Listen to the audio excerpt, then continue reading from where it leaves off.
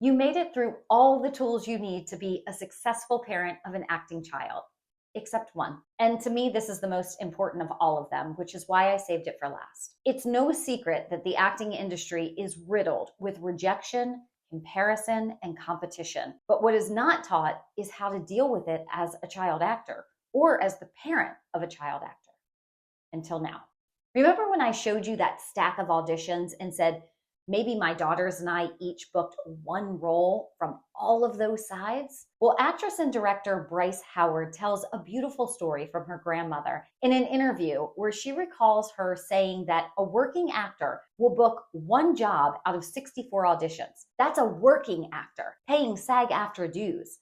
So when you're just starting out, you can expect that number to be even more, closer to that 1 in 100 that I mentioned earlier in the lesson. I don't share this to discourage you. I share this to empower you and arm your child with realistic numbers and expectations. Bryce herself goes on to say that she booked her 48th audition, and it took her more than a year to break into the industry. And her father is the famous child actor and director Ron Howard. So to say that the acting industry is disparaging to the aspiring actor is an understatement. Mastering how to handle rejection is a must. And you, as the parent of a child actor, aren't immune from these feelings either. Of course, you're going to feel the same type of disappointment and frustration as your child at those moments when you feel like nothing is going their way. But you have an added layer to deal with that no one talks about until now. As I have walked this road with my two daughters for more than a decade now, I have had my fair share of people turn their nose up at me for subjecting my children to the unsavory world of entertainment at such a young age. I chose to assume they just wanted what was best for my children and to not take it personally, because they're not entirely wrong. This industry is hard for adults. So if we don't safeguard our children, we could be setting them up for severe mental health issues in the future. It's annoying that if my child's passion was soccer instead of acting, I wouldn't have to deal with it at this level. But I birthed not one young creative, but two. So I had to figure it out pretty quickly. My first realization of the need for mental health advocacy was when Skylar was 5 years old. It was her first film audition to act opposite a Hollywood A-lister as one of the leads in the film at 5 years old. She auditioned, got a callback, and then a chemistry read with the actor. She was one of 3 girls from a nationwide search. I was floored. This was her first film audition. I was so proud of her and shared every detail with her as it was unfolding because it was so new to both of us. Only to receive a phone call from her agent a few days before the chemistry read telling me that the entire film was scrapped due to production issues. They weren't making the film anymore. And now I had to tell my 5-year-old, knowing she would be disappointed, but I never expected the reaction I got. She was devastated. She wanted that role. She wanted to meet and work with that actor, and she wanted that opportunity. I had completely underestimated the understanding my child had in that situation, and I learned a valuable lesson that I shouldn't share every detail with my child because nothing is guaranteed in this industry. She needed to be safeguarded. For the next several years, I did not share any holds or availability checks with her unless she specifically asked. And I also took out a lot of the emotion and excitement. I would no longer say things like, this would be amazing if you book this or get to work with this actor, because the odds were so stacked against her in every way that I found I needed to treat this more like a business transaction to protect her mental health. So we implemented a rule of audition and then forget it. If we hear back, great.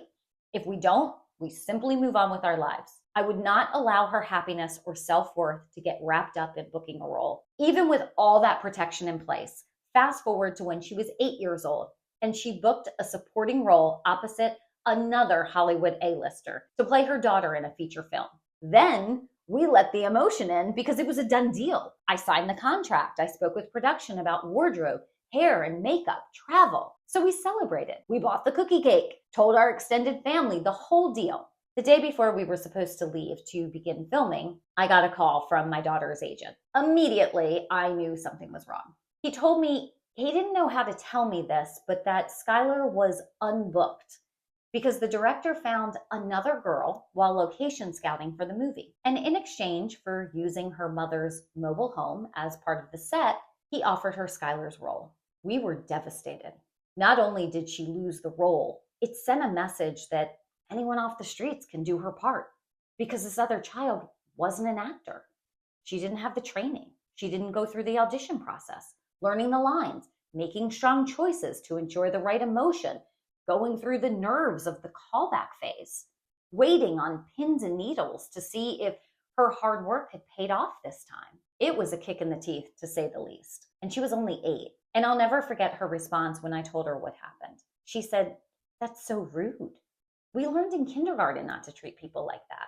It warmed my heart to know that she saw the inequity of what just happened to her, even at 8 years old. And I confirmed that she was accurate and just in her feelings and needed to express them in any way she saw fit to deal with the disappointment. She still got paid because we signed the contract, so I allowed her to take some of that money and she bought her first phone. It took an experience where she felt she was treated unfairly and turned it into something she could be proud of. The hard work she put in did pay off monetarily, and she wanted to be rewarded for that. I share these stories because I want to be transparent and authentic in our journey and how we handled some of the biggest blows throughout this process. What I just explained and how we handled it may be completely different on how you and your family would handle that situation, and that's okay. My point is that these are very young children, oftentimes having to deal with very adult situations, creating complex feelings that they likely have not experienced before. So be prepared to pivot for your child's mental health at any given moment. Notice I never mentioned my feelings towards either of the above instances, because as a fellow parent, I think it goes without saying, I was pretty mad and hurt on behalf of my daughter. Plus, we do a lot of work as the parent of the child actor. The preparation, the headshots, the wardrobe, the driving, the emails, everything we went over in this course. So to do everything right and end with what you feel is an unfair situation can be hard to handle. It can be hard to digest, but you need to as the parent. You need to set an example for your child, especially if this is something that they want to do long term. You want to give them the tools they need to succeed in the industry, which is why I mentioned above, we treat this like a business. The less emotion we can bring into the logistics of it all, the better. Audition and forget. We look at the audition as a pocket of time where they get to do what they love. We call it a performance opportunity, and then get back to real life. Now, after disclosing these stories, some of you may be thinking those parents looking down their nose at me were right at this point. But I asked Skylar consistently if she wanted to stop acting. And the answer was always the same. No, Mom, I love it. I'm not stopping until I'm holding an Oscar. And even then, I'm still acting. So you can see this isn't my dream. I'm just here to support and facilitate, which meant I needed to get a game plan in action to make sure she could achieve her dream without losing every ounce of her self-confidence and self-worth along the way. And that's what I want to do for your child. So enter self-care boot camp. I became determined to make sure that neither of my children would ever fall victim to any of the unsavory stories you hear in the world of child actors. They were going to thrive in this industry while maintaining a healthy, normal lifestyle. And we traveled to LA for pilot and episodic season for many years. But the rules were the same. First and foremost, take care of your body. As an actor, your body is your instrument. And actors can be very demanding on their bodies, both physically and mentally. Not only are they having to memorize lines, but also draw on and convey emotions at specific times, all while being aware of where they are on camera, hitting a mark, listening and reacting to their partner, sometimes with an accent, or under less than ideal weather conditions. One scene Skylar had to do in a mud pit where she kept getting stuck, but she had to stay in character and work through the uncomfortableness and the physical demands of that entire shoot. She was exhausted at the end of the day. So it's no wonder that most elite actors are very much into health and fitness, not just for vanity purposes, but for total mind and body care. Food. Watch what your child consumes right before an audition or on set. Too much sugar will work against their brain that is trying so hard to complete all the demands your child is asking. And that can result in a frustrated child and an overall frustrating experience for both of you. Rest. Make sure they get enough rest. Sleep and downtime are crucial for a child in general and essential for a child actor. When your child starts booking, you will find that there is often a lot of downtime on set spent in the trailer. Make sure your child takes advantage of this time before the demands of production start again. This also holds true for self-tape auditions. Make sure your child is well rested, knows their lines, and is in a positive headspace before filming. Exercise. Now, this doesn't mean making your child do a boot camp. It means allow them to be a child and be active. Promote playing outside, riding their bike, jumping on the trampoline, walking at the park, swinging on the swings, playing on the monkey bars, anything to let them burn off some steam, especially after a long or hard audition or day on set. Normality. Along those lines, you've heard me say this more than once throughout this masterclass. The more your kid lives a normal life, the better actor they're going to be, because acting is an imitation of life. If your child has never lived or experienced what a normal child has, they're going to have a very hard time portraying it on camera.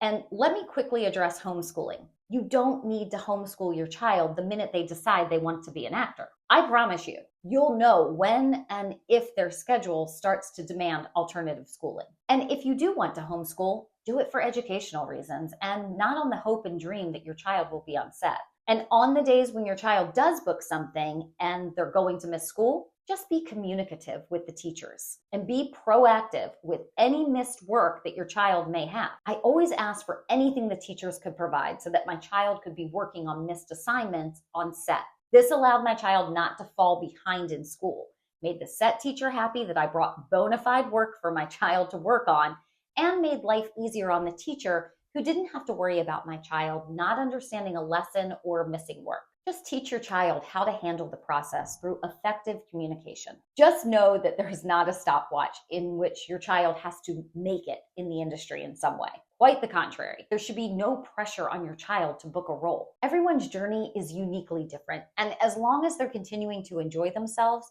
they'll continue down the path in a healthy manner. Taking breaks. Which leads me to my next point, which I mentioned earlier in this course. If your child is not enjoying this world anymore, take a break.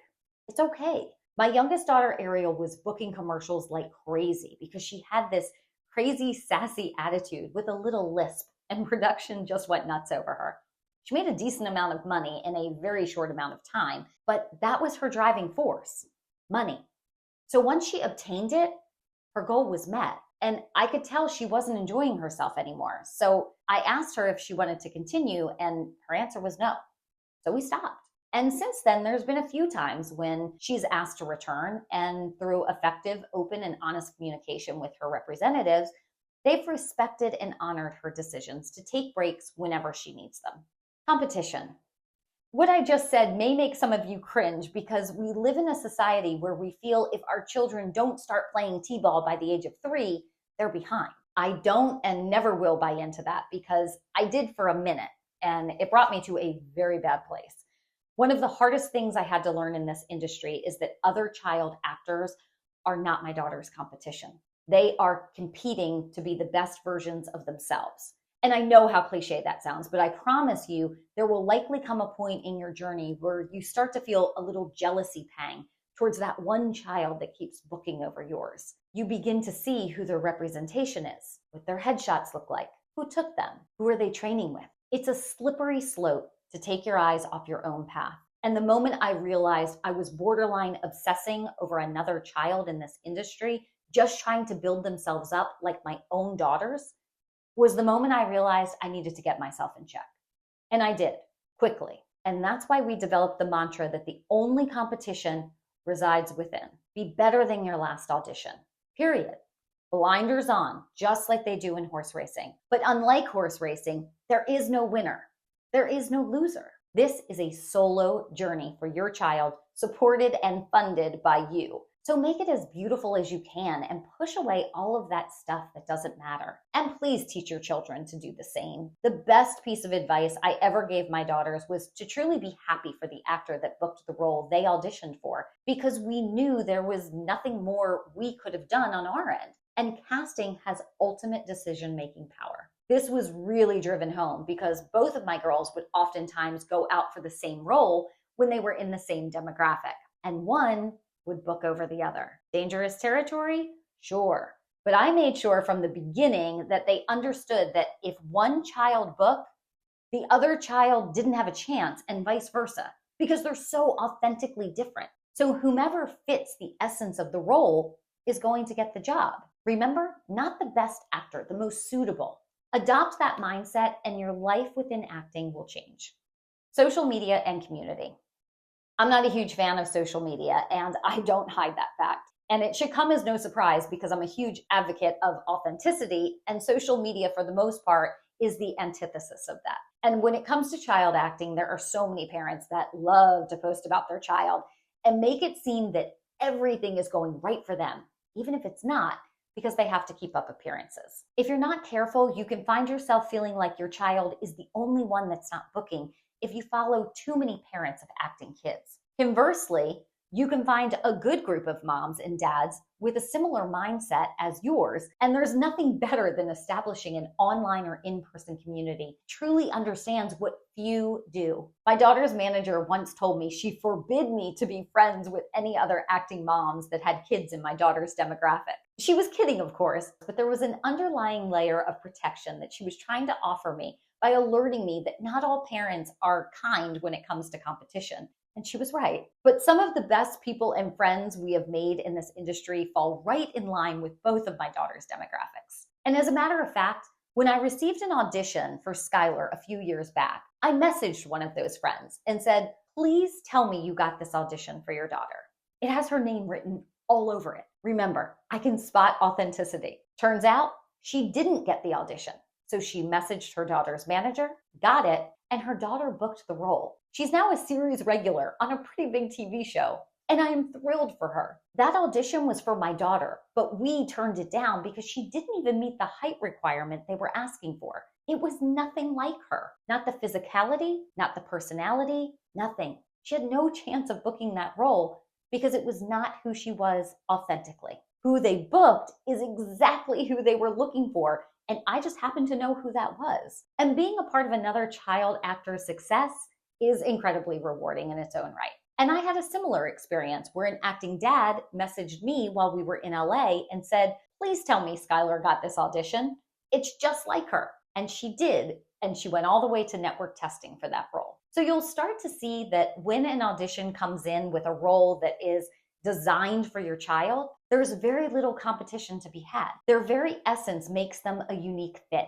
And then it's just down to casting to see if they work with the cast they're trying to create. If they do, they'll likely book the job. If they don't, they're now on casting's radar for the next audition where they may be a fit. Results-based coaching.